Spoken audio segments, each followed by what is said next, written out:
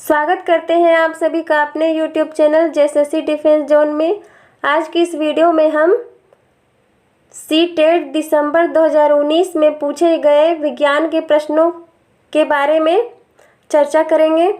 इससे पहले अगर आप हमारे चैनल पर नए हैं तो सब्सक्राइब कर दीजिए, बेल आइकन प्रेस कर दीजिए ताकि अगली वीडियो की नोटिफिकेशन आपको समय से मिल जाए।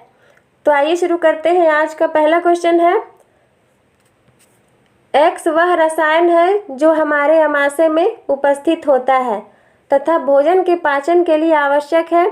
जब एक्स अधिक मात्रा में स्रावित होता है तो यह अपाचन जैसी स्वास्थ्य समस्याएं उत्पन्न करता है।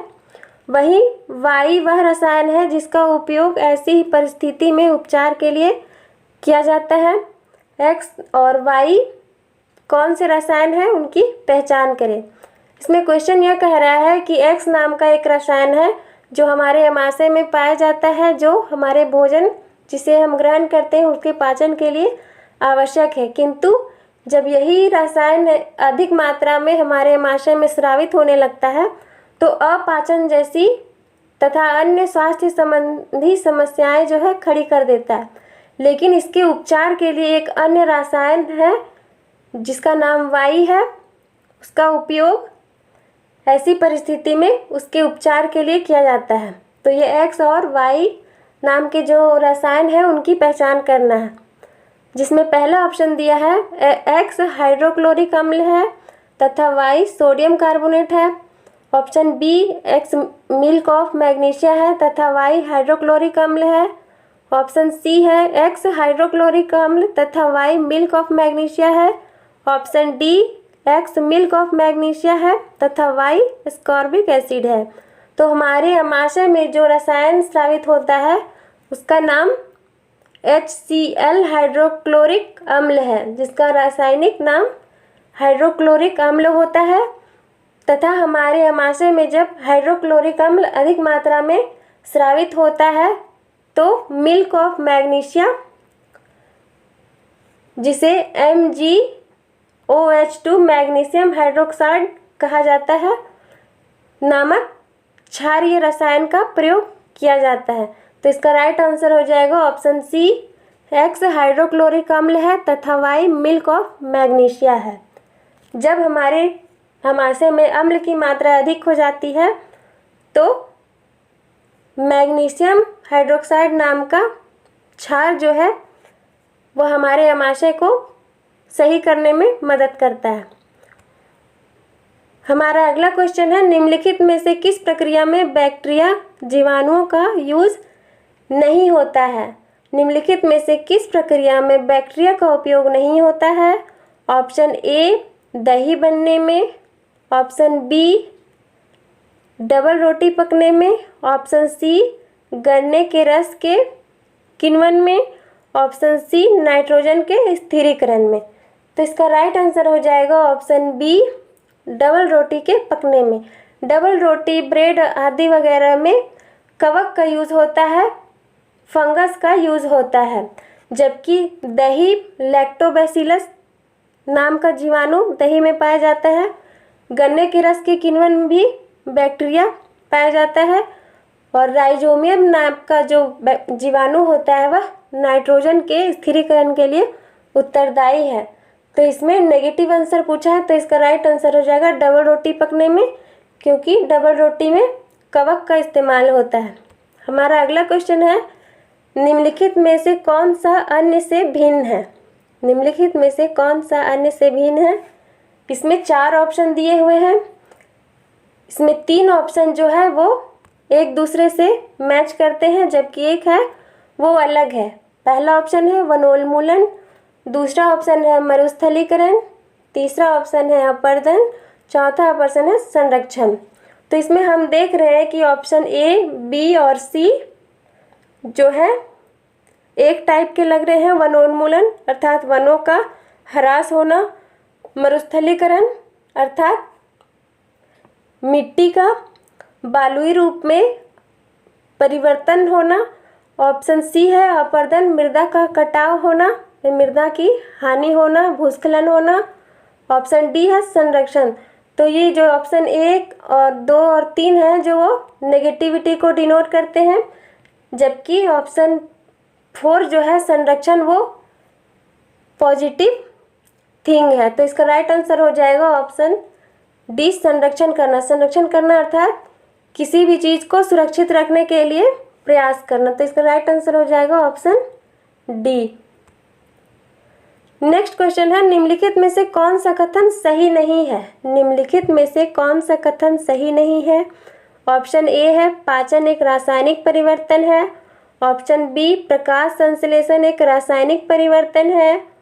ऑप्शन सी श्वसन एक रासायनिक परिवर्तन है। ऑप्शन डी क्रिस्टलीकरण एक रासायनिक परिवर्तन है।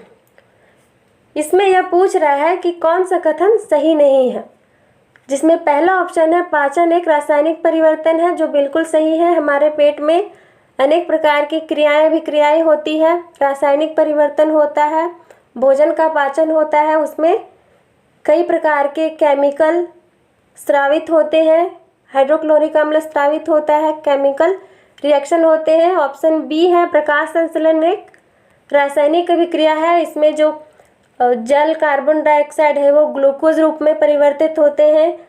इसका अर्थ यह है कि एक रासायनिक परिवर्तन है। ऑप्शन सी श्वसन एक रासायनिक परिवर्तन है, जो बिल्कुल सही है। इसमें भी ग्लूकोज का जो है वो विखंडन होता है। जबकि ऑप्शन डी जो है क्रिस्टलीकरण एक रासायनिक परिवर्तन नहीं है, अपितु यह एक भौतिक परिवर्तन है। हम सभी जानते हैं कि परिवर्तन है, किसी पदार्थ में जो परिवर्तन होते हैं वो दो प्रकार से होते हैं। एक रासायनिक परिवर्तन कहलाते हैं, दूसरा भौतिक परिवर्तन कहलाते हैं। रासायनिक परिवर्तन में यह होता है कि उसमें केमिकली उसके आंतरिक गुणों में कुछ चेंज होता है, वो अभिक्रिया करके अपनी क्रियाशीलता को प्रदर्शित करते हैं। जबकि भौतिक परिवर्तन में यह होता है कि किसी भी पदार्थ, किसी भी वस्तु का जो है भौतिक रूप, उसका स्वरूप चेंज होता है। तो इसका राइट आंसर हो जाएगा ऑप्शन डी, क्रिस्टलीकरण एक रासायनिक परिवर्तन है। इसमें नेगेटिव आंसर पूछा है, इसलिए ऑप्शन डी होगा, क्योंकि क्रिस्टलीकरण एक रासायनिक परिवर्तन नहीं है बल्कि एक भौतिक परिवर्तन है। हमारा अगला क्वेश्चन है, कणों के साइज के अनुसार कौन सा आरोही क्रम को निरूपित करता है? इस क्वेश्चन में कणों के साइज के अनुसार असेंडिंग ऑर्डर में रिप्रेजेंट करना है, जिसमें पहला ऑप्शन है चट्टान, मृत्तिका, रेत जिसे बालू भी कहते हैं, बजरी और गाद। दूसरा ऑप्शन है मृत्तिका, गाद, रेत, बजरी और चट्टान। तीसरा ऑप्शन है गाद, मृत्तिका, रेत, बजरी और चट्टान। और चौथा ऑप्शन है चट्टान, बजरी, रेत, गाद और मृत्तिका। तो इसका राइट आंसर हो जाएगा ऑप्शन ऑप्शन बी। मृत्तिका जो है वह सबसे छोटा कण होता है। गाद होता है जो नदियों के द्वारा बाढ़ के समय या फिर अन्य परिस्थितियों में जो गाढ़ी मिट्टी बह के आती है उसे गाद कहते हैं। रेत है जब वही मिट्टी थोड़ी सूख जाती है और बालू का रूप, थोड़ा मोटा कण का रूप धारण कर लेती है तो रेत कहलाती है। उसके बाद बजरी और फिर धीरे धीरे चट्टान के रूप में परिवर्तित होती है। तो इसका राइट आंसर हो जाएगा ऑप्शन बी। नेक्स्ट क्वेश्चन है, मछली में क्लोम का क्या कार्य होता है? मछली जो है उसके क्लोम, जिसे गिल कहते हैं, उसका क्या कार्य होता है? तो मछली में गिल्स का कार्य क्या होता है? ऑप्शन ए वायु से ऑक्सीजन ग्रहण करना। ऑप्शन बी जल में उपस्थित पोषकों को अवशोषित करना। ऑप्शन सी जल में उपस्थित विलेय ऑक्सीजन अवशोषित करना। या ऑप्शन डी जल में अपशिष्टों को उत्सर्जित करना। तो मछली जो है वो अपना श्वसन गिल के माध्यम से करती है तथा जल में घुलनशील ऑक्सीजन को वह अवशोषित करती है। तो इसका राइट आंसर हो जाएगा ऑप्शन सी, जल में उपस्थित विलेय ऑक्सीजन जो है उसका अवशोषण मछली गिल्स के माध्यम से करती है।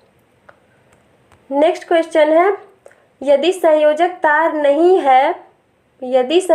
नहीं है तो विद्युत परिपथ को पूरा करने के लिए निम्नलिखित में किसका उपयोग किया जा सकता है? यदि संयोजक तार नहीं है तो विद्युत परिपथ को पूरा करने के लिए निम्नलिखित में से कौन सा ऑप्शन जो है वो अपनाया जा सकता है? ऑप्शन ए कागज की पट्टी का, ऑप्शन बी रबड़ की पेटी, ऑप्शन सी लकड़ी की छड़ या ऑप्शन डी ब्लेड। तो हम देख रहे हैं कि ऑप्शन ए, ऑप्शन बी और ऑप्शन सी जो तीनों हैं वो विद्युत के कुचालक हैं, अर्थात विद्युत का इन पर कोई प्रभाव नहीं पड़ता है, जबकि ब्लेड जो है वह विद्युत का अच्छा चालक है, सुचालक है। तो यदि तार नहीं है तो विद्युत परिपथ में तार की कमी को पूरा करने के लिए ब्लेड का यूज किया जा सकता है। तो इसका राइट आंसर हो जाएगा option D blade. Next question है, मंजूला समतल दर्पण में अपने प्रतिबिंब का प्रेक्षण कर रही है। मंजूला जो है वह समतल दर्पण में अपने प्रतिबिंब को देख रही है। उसकी दर्पण से दूरी 5 सेंटीमीटर है। दर्पण से दूरी मंजूला की जो है वो 5 मीटर है। वह दर्पण की ओर 1 मीटर चलती है। अब उसकी ओर दर्पण में बने उसके प्रतिबिंब के बीच की दूरी क्या होगी? तो इस क्वेश्चन को हम इस रूप में समझते हैं कि जो समतल दर्पण होता है उसमें क्या होता है कि आगे की ओर जितनी दूरी पर प्रतिबिंब बनता है उसके पीछे और भी उतनी ही दूरी का प्रतिबिंब बनता है। और जो व्यक्ति आगे से जितनी तेजी से दर्पण की ओर आता दिखाई देता है, प्रतिबिंब में उतनी उसकी दुगनी तेजी से वह आता हुआ दिखाई देता है। तो दर्पण से दूरी मंजूला की 5 मीटर है। तो इसका अर्थ यह है कि प्रतिबिंब आगे और दर्पण के पीछे 5-5 मीटर की दूरी पर प्रतिबिंब बनेगा, अर्थात टोटल 10 मीटर, और वो 1 मीटर दर्पण की ओर चलती है। तो उसका प्रतिबिंब जो है वो दुगनी तेजी से चलता आता हुआ दिखाई देगा, अर्थात 2 मीटर। तो 2 मीटर माइनस कर देंगे तो इसमें बचेगा 8 मीटर, अर्थात वह 1 मीटर चलने के बाद 8 मीटर की दूरी पर दिखाई देगी। राइट आंसर हो जाएगा ऑप्शन सी। हमारा अगला क्वेश्चन है, कोई लोलक 3 सेकेंड में 30 दोलन करता है। कोई लोलक 3 सेकेंड में 30 दोलन करता है। नीचे दिए गए कथनों में से कौन सा कथन सही है? तो इन कथनों की पहचान करने से पहले हम आवृत्ति और आवर्तकाल को देख लेते हैं, क्योंकि आवर्तकाल और आवृत्ति ही पूछा गया है। आवृत्ति इज इक्वल टू होता है जितने बार दोलन लोलक ने किया तथा कितने सेकेंड में उन्होंने दोलन किया। तो जो आवृत्ति है वो 10 हर्ट्ज निकल जाएगी, और आवर्तकाल बराबर होता है 1 बाय आवृत्ति। तो 1 बाय आवृत्ति अर्थात 1 बाय 10, यानी आवर्तकाल जो है वो 0.1 पर सेकेंड हो जाएगा। तो इसका राइट आंसर होगा ऑप्शन बी। इसका आवर्तकाल 0.1 सेकेंड तथा आवृत्ति जो है 10 हर्ट्ज है। हमारा नेक्स्ट क्वेश्चन है, गलत कथन पहचानिए। गलत कथन पहचानिए। ऑप्शन ए, बॉल बेरिंग का उपयोग मशीनों के भागों के बीच घर्षण में वृद्धि करने के लिए किया जाता है। ऑप्शन बी, पृथ्वी पर संपर्क में रखे 2 पृष्ठों के बीच घर्षण कभी भी समाप्त नहीं किया जा सकता है। ऑप्शन सी, लोटनिक घर्षण सर्पी घर्षण से कम होता है। ऑप्शन सी, किसी तरल में गति करते किसी पिंड पर घर्षण बल उसकी आवृत्ति पर निर्भर करता है। तो इसमें जो है गलत कथन पहचानना है। तो इसका राइट आंसर हो जाएगा ऑप्शन ए, बॉल बेरिंग का उपयोग मशीन के भागों के बीच घर्षण में वृद्धि करने के लिए नहीं बल्कि घर्षण में कमी करने के लिए किया जाता है। इसके साथ ही पृथ्वी पर संपर्क में रखे 2 पृष्ठों के बीच घर्षण कभी समाप्त नहीं हो सकता है, क्योंकि अगर घर्षण जो है समाप्त हो जाएगा तो कोई भी वस्तु है वह पृथ्वी पर टिकी नहीं रहेगी। और लोट घर्षण सर्पी घर्षण से कम होता है, ऐसा नहीं है। सर्पी घर्षण जो है वो लोटनिक घर्षण से कम होता है। और अगला है हमारा ऑप्शन किसी तरल में गति करते वक्त किसी पिंड पर घर्षण जो है उसकी आवृत्ति पर निर्भर करता है। तो ये ऑप्शन भी सही है। तो इसका राइट आंसर हो जाएगा ऑप्शन ए। बॉल बेरिंग का उपयोग मशीन के भागों के बीच घर्षण में वृद्धि करने के लिए नहीं बल्कि कम करने के लिए किया जाता है। यदि बॉल बेरिंग का प्रयोग न किया जाए तो वस्तु जो है वह मशीन के साथ चिपकी हुई रहेगी और घर्षण अधिक होगा। नेक्स्ट क्वेश्चन है, निम्नलिखित में से कौन सा कथन सत्य है? निम्नलिखित में से कौन सा कथन सत्य है? Option A, iron zinc sulphate से जिंक को विस्थापित कर सकता है। Option B, zinc copper sulphate विलयन में कॉपर को विस्थापित कर सकता है। ऑप्शन सी, कॉपर जो है आयरन सल्फेट विलयन से आयरन को स्थापित कर सकता है। तो इसमें हमें सबसे पहले यह देखना होगा कि जिंक सल्फेट आयरन और कॉपर सल्फेट में से कौन सी जो तत्व है वो अधिक अभिक्रियाशील है। जो अभिक्रियाशील अधिक रहेगी वह जो है विस्थापित करेगी। तो इसका राइट आंसर हो जाएगा ऑप्शन बी, क्योंकि जिंक सल्फेट जो है कॉपर को विस्थापित कर सकता है।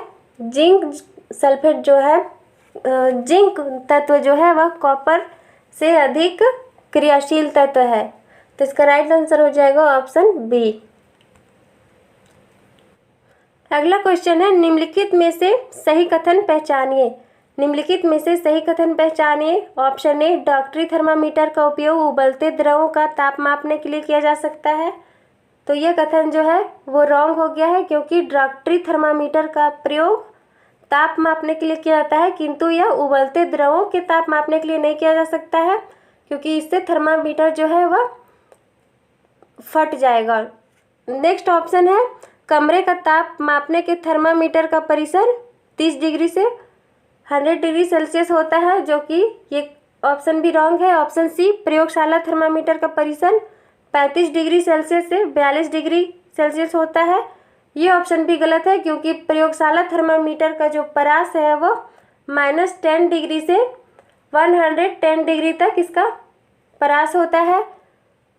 लास्ट ऑप्शन है, प्रयोगशाला थर्मामीटर का परिसर डॉक्टरी थर्मामीटर से अधिक होता है। तो इसका राइट आंसर हो जाएगा ऑप्शन डी, प्रयोगशाला थर्मामीटर का परास जो है वह डॉक्टरी थर्मामीटर से अधिक होता है, क्योंकि डॉक्टरी थर्मामीटर का जो परास है वह 35 डिग्री से 42 डिग्री तक होता है, जबकि प्रयोगशाला थर्मामीटर का परास जो है वह -10 डिग्री से 110 डिग्री तक होता है। तो इसमें सही कथन पूछ रहा है, तो ऑप्शन डी इसका राइट आंसर होगा। अगला क्वेश्चन है, गलत कथन पहचानिए। गलत कथन पहचानिए। ऑप्शन ए, केरोसिन का कैलोरी मान ऊष्मीय मान कोयले के कैलोरी मान से अधिक होता है। ऑप्शन बी है, कोयले का ऊष्मीय मान लकड़ी के ऊष्मीय मान से अधिक होता है। ऑप्शन सी जो है, बायोगैस का कैलोरी मान एलपीजी के कैलोरी मान से अधिक है। ऑप्शन डी है, सीएनजी का कैलोरी मान डीजल के कैलोरी मान से अधिक होता है। तो सबसे पहले हम ये जानते हैं कि कौन सी वस्तु जो है ज्वलनशील होने के साथ साथ उसका कैलोरी मान कितना है। तो हम सबसे पहले हम लकड़ी का कैलोरी मान देखते हैं। लकड़ी का जो है कैलोरी मान वह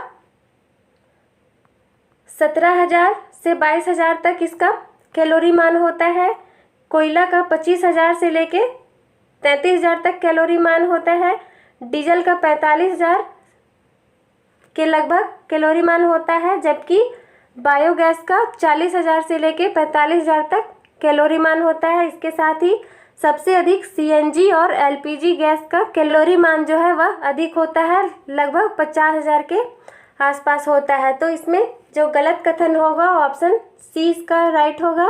बायोगैस का कैलोरी मान एलपीजी के कैलोरी मान से अधिक होता है। ऐसा बिल्कुल नहीं है। एलपीजी के कैलोरी मान उसमें मान जो है वो 50,000 के लगभग होता है, जबकि बायोगैस का कैलोरी मान है वो 40,000 से 45,000 के आसपास होता है। तो इसका गलत कथन जो है ऑप्शन सी होगा। बायोगैस का कैलोरी मान जो है वो एलपीजी के कैलोरी मान से अधिक नहीं है। हमारा नेक्स्ट क्वेश्चन है, कोई बस अपनी यात्रा के पहले 12 मिनट 50 किलोमीटर प्रति घंटा की चाल से और अगले 18 मिनट 40 किलोमीटर प्रति घंटा की चाल से चलती है। इस समय की अवधि में बस ने कुल कितनी दूरी तय की है वह निकालना है। तो इसमें हम सबसे पहले यह देखते हैं कि दोनों बस ने 50 किलोमीटर और 40 किलोमीटर की चाल से कितनी कितनी दूरी तय की। तो 12 मिनट जो है उसको पहले हम आवर में चेंज करेंगे। आवर में चेंज करने के लिए 60 से डिवाइड करेंगे और 50 किलोमीटर से इंटू कर देंगे। तो इसमें हम निकलेगा कि बस ने 12 मिनट में 50 किलोमीटर प्रति घंटे की चाल से कितनी दूरी तय की। तो यह लगभग 10 किलोमीटर के आसपास आएगा। अर्थात सबसे पहले बस ने 10 किलोमीटर की दूरी तय की। दूसरी अवस्था में वह 18 मिनट में 40 किलोमीटर प्रति घंटा की चाल से चलता है। तो 18 को पहले हम मिनट में चेंज कर देते हैं, उसके बाद किलोमीटर से डिवाइड कर देते हैं, क्योंकि दूरी का फॉर्मूला होता है distance is equal to time into speed.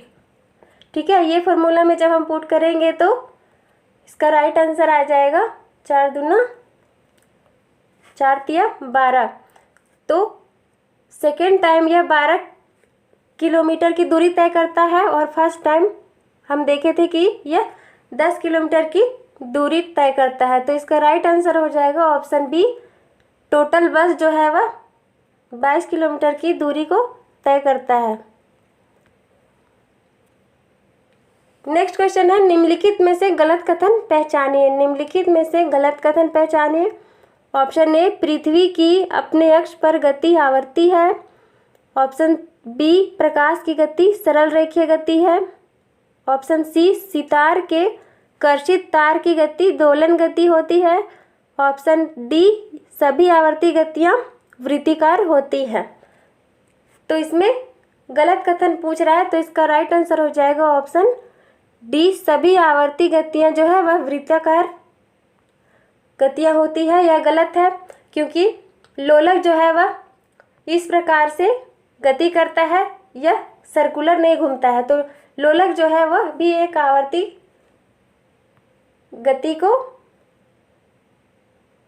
लोलक में भी जो है एक आवर्ती गति होती है। तो इसका राइट आंसर हो जाएगा ऑप्शन डी, सभी आवर्ती गतियां वृत्ताकार नहीं होती है। इससे उनकी समालोचनात्मक चिंतन को बढ़ावा मिल सकेगा।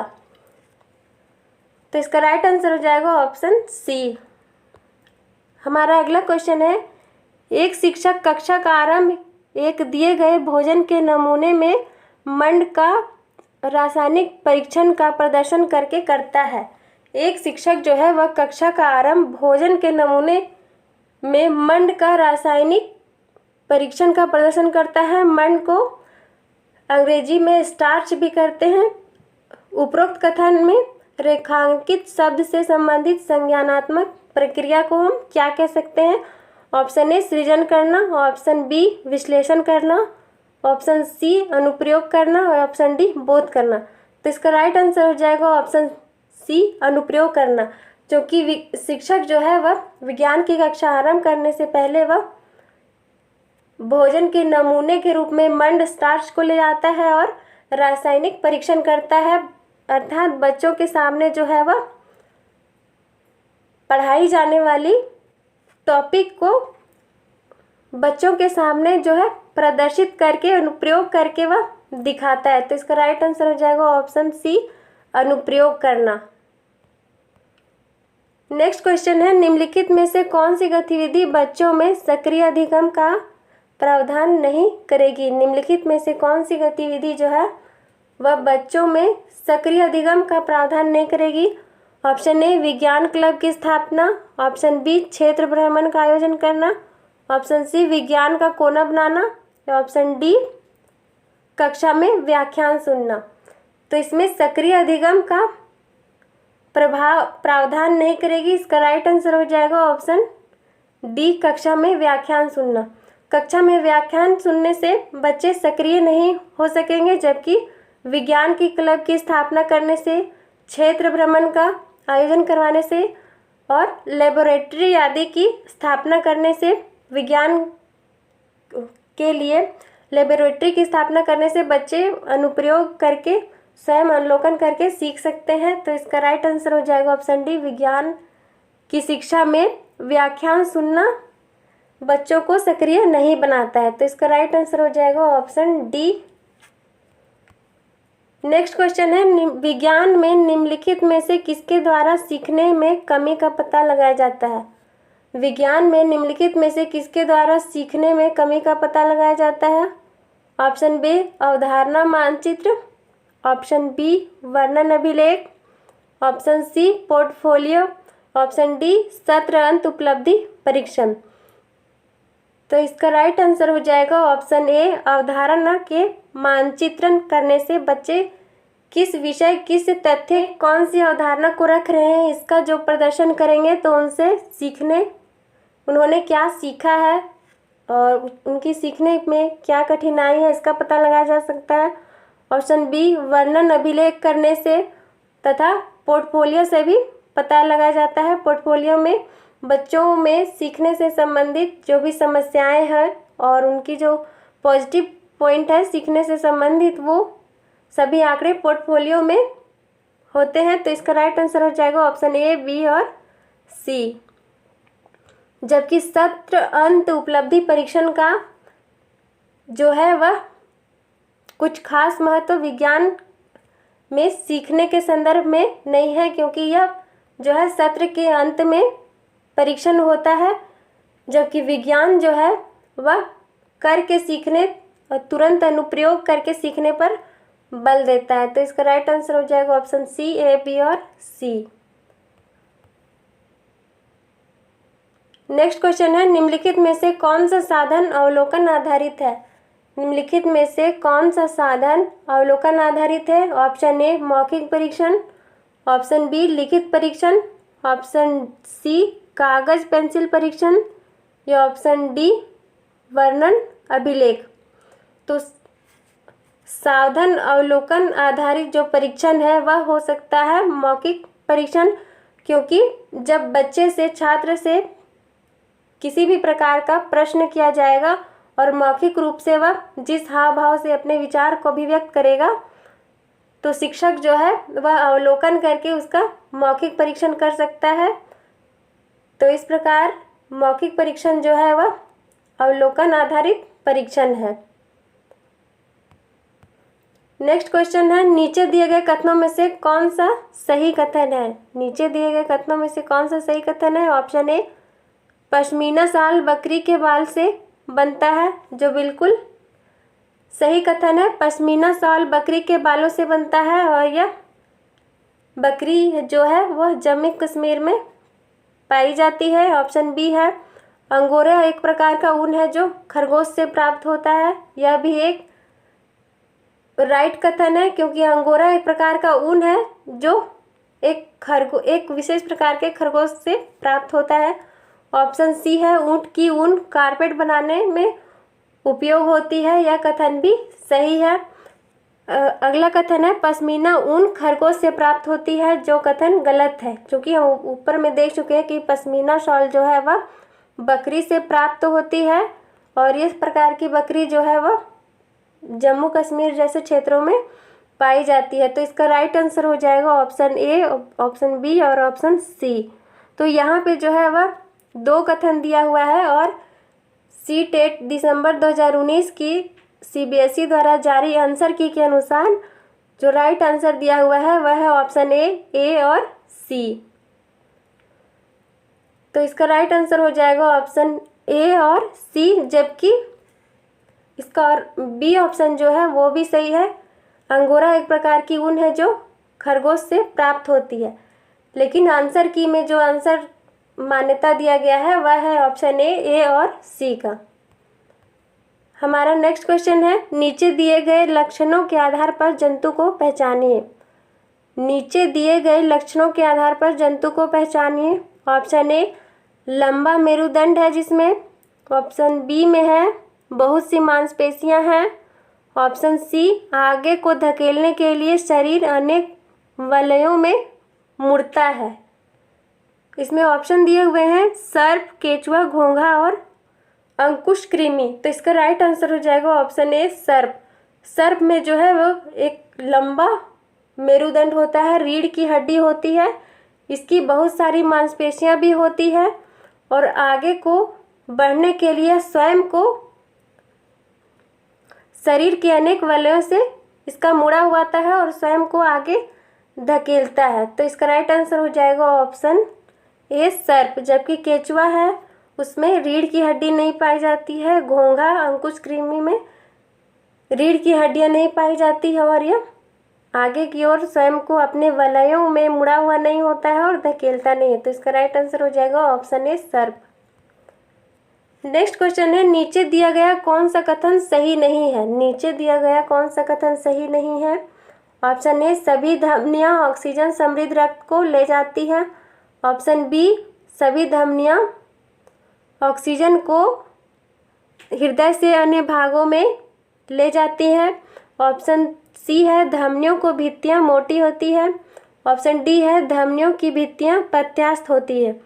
तो इसमें गलत कथन पूछ रहा है, तो इसका राइट आंसर हो जाएगा ऑप्शन ए सभी धमनियां ऑक्सीजन समृद्ध को ले जाती हैं।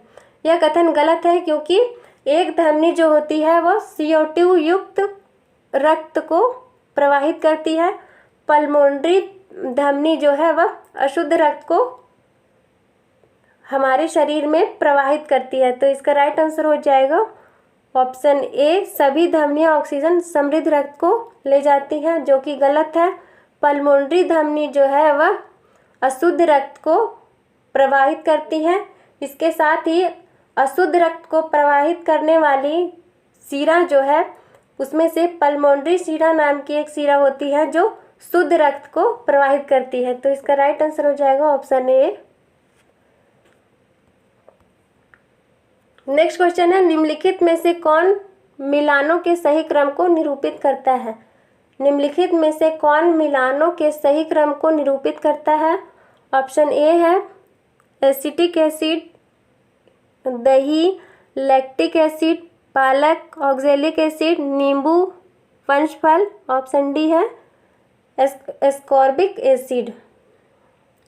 एस्कॉर्बिक एसिड, जिसमें सिरका ऑप्शन दिया है। तो इसमें सही मिलान करना है।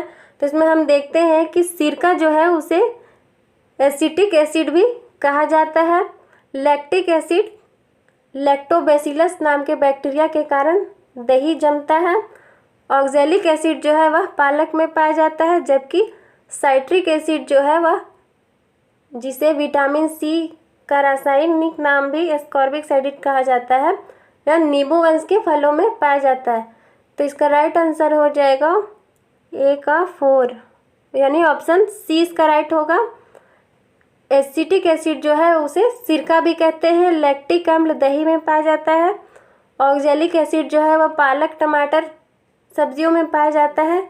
विटामिन सी एस्कॉर्बिक एसिड जो है वह नींबू आधारित फल, नींबू, संतरा आदि में पाया जाता है।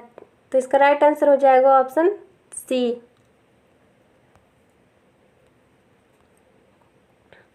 यदि आपको वीडियो अच्छा लगा हो तो प्लीज़ वीडियो को लाइक कर दीजिए, चैनल को सब्सक्राइब कर दीजिए और बेल आइकन दबाना ना भूलें। Thank you for watching.